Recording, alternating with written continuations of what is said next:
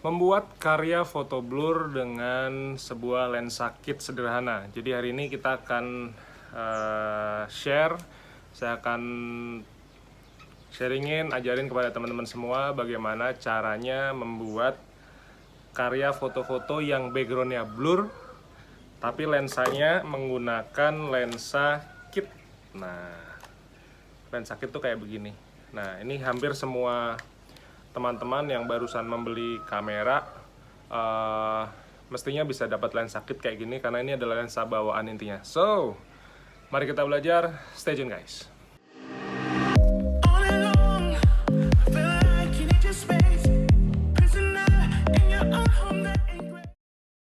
Selamat pagi dari kota Jogja teman-teman semua, nama saya Bima Aditya. Matur nuwun, terima kasih sudah datang ke channel YouTube saya. Jadi teman-teman juga bisa follow Instagram saya @bimaaditya. Teman-teman bisa belajar bareng. Jadi kalau ini pertama kali teman-teman kenal saya udah 15 tahun jadi fotografer. 10-12 tahun pertama saya adalah wedding dan portrait photographer. Kemudian sekarang saya beralih menjadi stock photographer. Terus kegiatan saya nyetok-nyetoknya ini saya dokumentasikan ke dalam bentuk YouTube yang di masa COVID saya memulai. Jadi 2021 kalau nggak salah saya mulai nge-YouTube, dan karena apresiasi dari teman-teman semua, jadi subscriber tuh dari tadinya yang 200, kemudian alhamdulillah sekarang sampai ke 36.000 kalau nggak salah. Jadi saya ucapin terima kasih buat teman-teman semua yang sudah mengapresiasi apa yang saya lakukan di YouTube. Nah, saya baca komentar di YouTube, di Instagram, bahwa teman-teman tuh ada yang kepingin untuk membeli kamera pertama. Bahkan saya salut teman-teman ngebeli kameranya itu harganya tuh cukup terbilang bisa dianggap cukup mahal untuk kamera pertama teman-teman. Jadi saya akan share sedikit bahwa udah berkali-kali sebenarnya saya punya kamera itu satu biji ini kecil. Ini namanya adalah Canon EOS M10. Ini generasi keduanya M. Jadi M series saya yang pertama itu saya beli tahun 2014. Sebenarnya dia keluaran 2012, cuman tahun lalu kecolong. Jadi karena saya nggak kunci rumah, ternyata kameranya saya taruh di meja kerja saya bersama lensa Artisan 35 mili fix, f1,4, f-nya gila itu ya, lensa itu ya. Ini ya udah dicuri. Nah, waktu itu saya punya tuh warnanya merah. Nah, cuman akhirnya saya beli lagi adiknya dia, jadi M10. Di sini ada logo M10-nya ya, mudah-mudahan kelihatan. Nah, ini sebenarnya nggak jauh beda, karena sebenarnya bodinya sama, cuman dia nggak punya hot shoe. Hot shoe tuh ada kayak buat naruh flash di sini. Yang mau saya sharingin hari ini adalah sebuah tips sederhana bagaimana kita tuh bisa memaksimalkan lensa imut-imut ini. Lensa yang kadang-kadang dianggap orang underestimate, skeptis dan lain sebagainya. Tapi ya karena saya mungkin lebih dulu paham tentang dunia fotografi, makanya saya bisa mengeksplor lensa ini dengan mungkin lebih baik atau lebih kreatif lagi. Intinya sih sebenarnya kepepet dengan barang seadanya. Nah, saya nanti sebelum saya contohin, saya tadi udah bikin beberapa scene ketika saya lagi memotret. Nanti teman-teman juga akan liatin hasil fotonya, sehingga teman-teman bisa ngebayangin bagaimana lensa ini sebenarnya bisa bekerja dengan baik. Oke, jadi saat ini saya berada di rumah. Jadi saya suka nanam-nanam bunga telang, kebun, rumput. Terus di belakang sana juga ada kayak ada bunga telang juga, ada air mata pengantin. Nah, coba teman-teman lihat foto. Ini ada dua foto nih.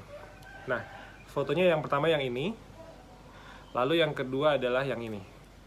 Oke.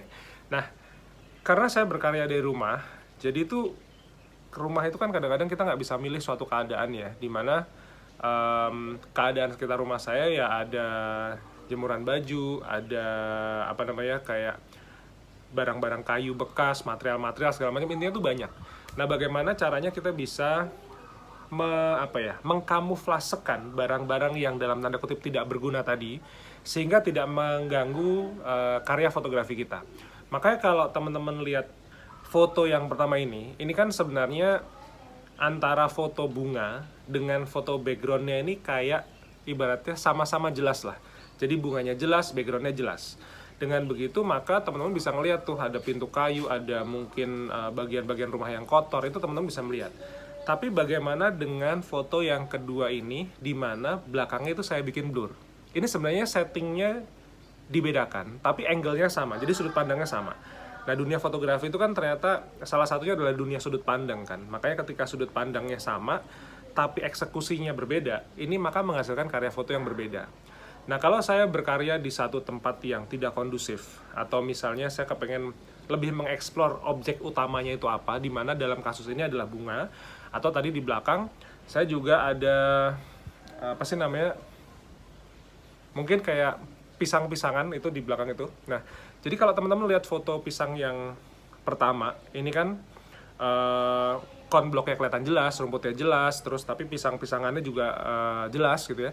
Tapi menurut saya kalau di dalam dunia stok fotografi itu ini persepsi aja ya, nggak begitu menarik gitu. Makanya saya membuat bagaimana yang jelas itu hanya daunnya saja, lembarannya saja, cuman backgroundnya saya bikin blur, maka jadilah foto seperti ini. Nah, sama dengan konsep yang tadi air mata pengantin, itu tuh sebenarnya angle-nya sama, tapi karena settingnya berbeda, maka rasa karyanya juga jadi berbeda. Nah, karena sekarang saya bermain di dalam dunia stok fotografi, maka stok ini kan di-download oleh orang-orang di seluruh dunia. Kayak kemarin ada foto saya di Hong Kong, kemudian ada foto saya makan bubagam. Ini bubagamnya juga kebetulan di Hong Kong, tapi Yahoo News-nya ini membahasnya tentang bubagam New York. Jadi ini sebuah chain restoran. Lalu ada juga plastic wrap untuk apa namanya, daging trim. Saya suka masak di dapur. Kemudian ada juga jari keriput. Jadi ada beberapa hal-hal yang sekiranya kalau misalnya kita kepengen motret, misalnya jari tangan gitu ya, seperti foto di samping ini, itu tuh kan akan lebih menarik ketika belakangnya tuh dibikin blur. Nah, bagaimana caranya biar sudut pandangnya sama, tapi tekniknya dibikin berbeda, sehingga objek utama yang kita optimalkan itu menjadi lebih kelihatan apa ya, kelihatan stunning, kelihatan menjadi satu benda yang utama. Oke, saya akan pretelin dulu lensanya. Jadi kembali lagi, ini adalah lensa 1855. Teman-teman mungkin mempunyainya 1545 atau misalnya 1870, saya nggak ngerti berapa ya. Cuman artinya lensa kit adalah lensa bawaan, dimana kalau teman-teman nggak punya ini, teman-teman juga bisa beli. Ini harganya sekitar 600 sampai 800-an ribu tergantung. Bahkan kayaknya ada yang sampai di bawah 500 ribu tergantung dia BU atau enggak. Nah, sebenarnya dalam teknik fotografi itu yang namanya lensa kayak gini nih sudah dipersiapkan untuk sebenarnya lensa kebutuhan apapun. Jadi sapu jagatnya lebih ke arah kebutuhan apapun. Jadi dokumentasi, narsis, traveling, acara keluarga, arisan, pengajian, atau misalnya ke gereja, ke sholat id segala macam. Sebenarnya kita tuh bisa mengoptimalkan lensa ini. Nah, bagaimana lensa ini bisa menjadi blur atau bisa menjadi tidak blur atau tajam backgroundnya, itu sebenarnya adalah settingannya. Nah, maka saya akan memperkenalkan satu nama ya, istilah aja sih sebenarnya. Namanya adalah diafragma. Diafragma itu kalau di mata ini semacam pupil. Jadi pupil mata itu tempat arah masuknya cahaya. Nah, kalau teman-teman bisa, mungkin nggak kelihatan, saya yakin nggak kelihatan sih. Sebenarnya di sini nih, di dalam lens ini ya, itu tuh ada kayak semacam lubang kecil. Nah, kalau kita setting angkanya di angka kecil, jadi misalnya 3,5, 4,5, itu lubangnya itu membesar. Tapi ketika saya setting di angka 11, angka 18, angka 22, dia mengecil. Nah, efeknya gimana? Efeknya adalah ketika dia itu pupilnya atau diafragmanya membesar, ini akan otomatis background itu belakangnya pasti blur. Ini secara teknikal aja, jadi nggak bisa ditawar. Tapi ketika si lubangnya itu mengecil sehingga intensitas cahaya mataharinya itu yang masuk sedikit, ini maka background belakangnya itu akan ikut-ikutan menjadi tajam. Maka foto yang tadi bunga air mata pengantin itu kenapa belakangnya blur, itu karena saya setting di 3,5. Nah, teman-teman bayangin ya, sebuah lensa sederhana, lensa bawahan, tapi bisa membuat foto sampai seblur ini. Tapi begitu juga ketika kita settingnya berbeda, saya setting waktu itu diafragmanya di angka 11, maka air mata pengantinnya kelihatan jelas, backgroundnya pun juga kelihatan jelas. Sama, ketika saya motret di belakang, itu ketika saya motret daun, yang daunnya tajam, backgroundnya tajam, itu diafragmanya ini, si lensa ini di angka 11. Tapi ketika daunnya tajam, backgroundnya blur, itu diafragma si lensa kroco-kroco ini saya setting di angka 3,5.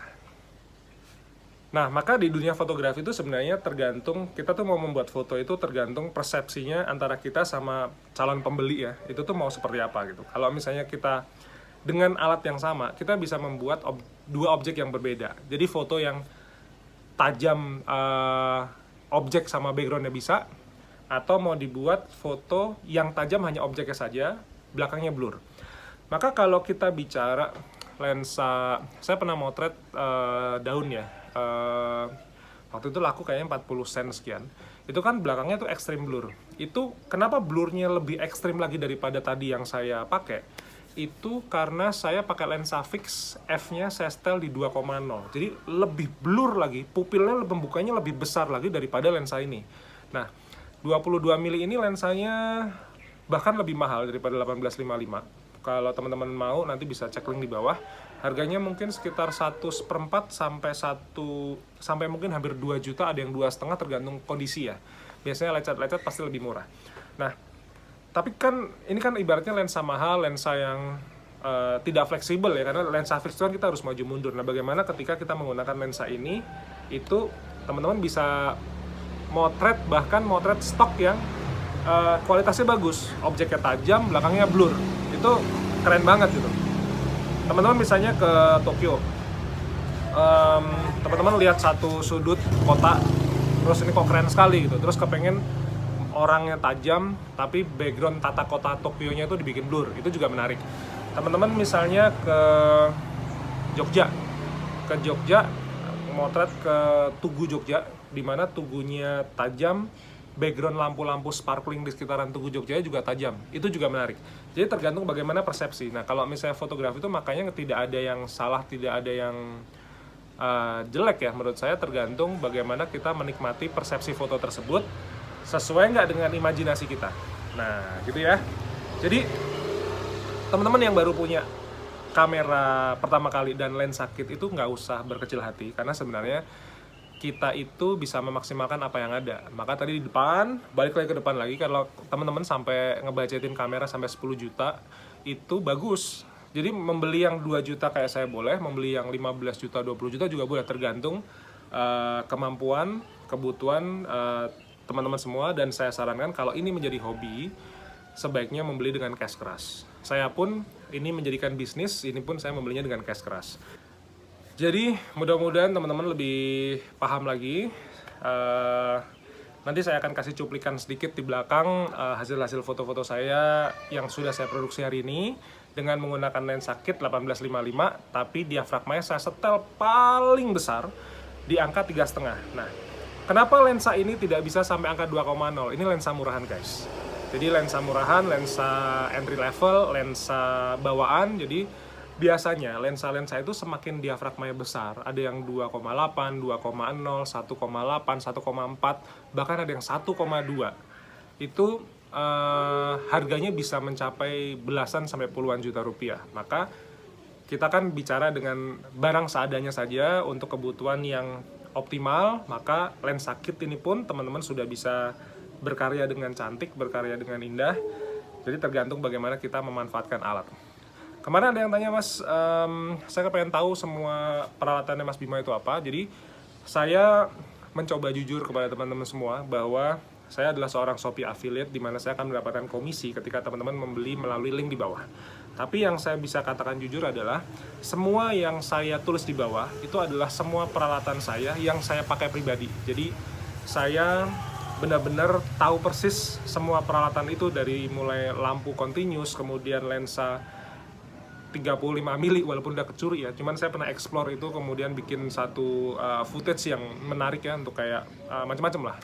Lalu kemudian ada ini tripod Takara, itu saya bawa ke Jepang, harganya cuma 80-90 ribuan, cuman buat saya daripada saya bawa velbon saya yang beratnya sampai hampir 3-5 kilo itu nggak masuk akal gitu, karena saya traveling light ya, saya cuma pakai backpack aja, saya nggak bawa bagasi gitu.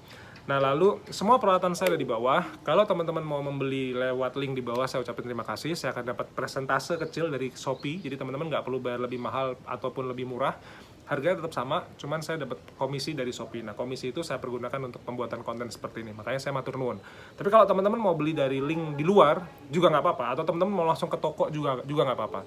Tapi insya Allah link-link yang saya taruh di bawah itu, satu, barangnya saya sudah tes pribadi, artinya jenis barangnya ya, saya belum pernah ke toko tersebut, jenis barang sudah saya tes. Lalu itu adalah semua barang-barang yang saya pakai.